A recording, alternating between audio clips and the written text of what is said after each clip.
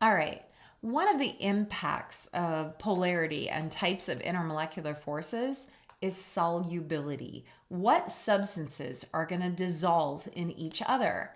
Now, when we're looking at solubility, there really is a three-word phrase that we can think about.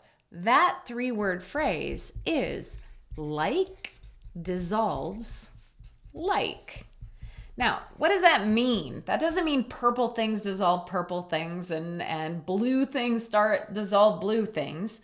What this means is that polar substances tend to dissolve other polar substances, whereas nonpolar substances tend to dissolve best with other nonpolar substances.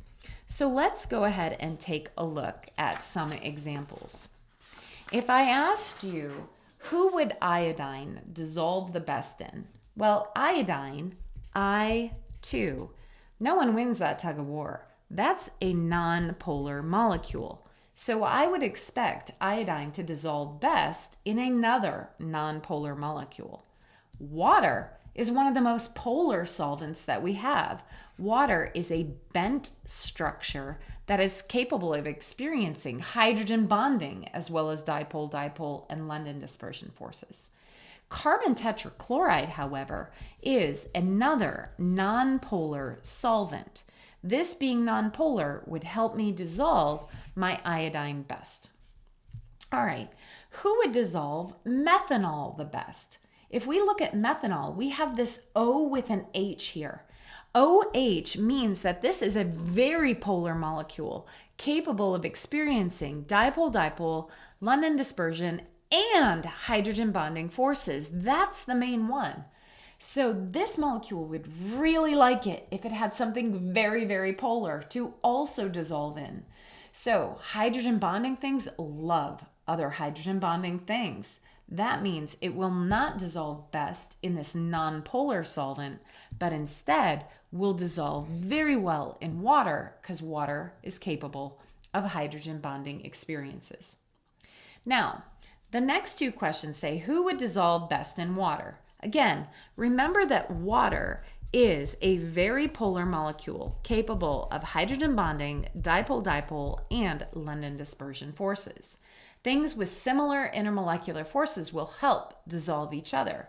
If I'm going to dissolve best in water, a polar substance, I really need to be polar myself. So let's take a look at the first two examples.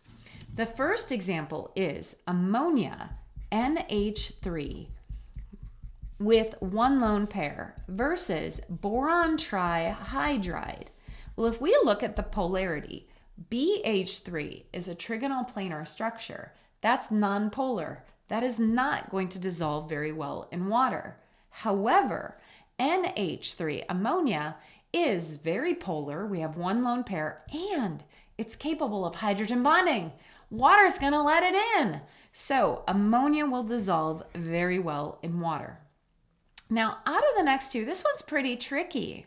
So who's going to dissolve well in water? Things that have strong forces, especially if you can hydrogen bond with it. If I look at these two substances though, however, N2 actually has a triple bond between the nitrogens. It is nonpolar and only experiences London dispersion forces. He is a single atom. There is no tug of war. There's not even a bond. That's also London dispersion forces. So I didn't say which one absolutely dissolves in water. I didn't say that. I just said who would dissolve better. The stronger the force, the better it can go with strong forces. These are both London dispersions. But how can we make London dispersion forces stronger? With mass. The more massive something is, the better it's going to dissolve.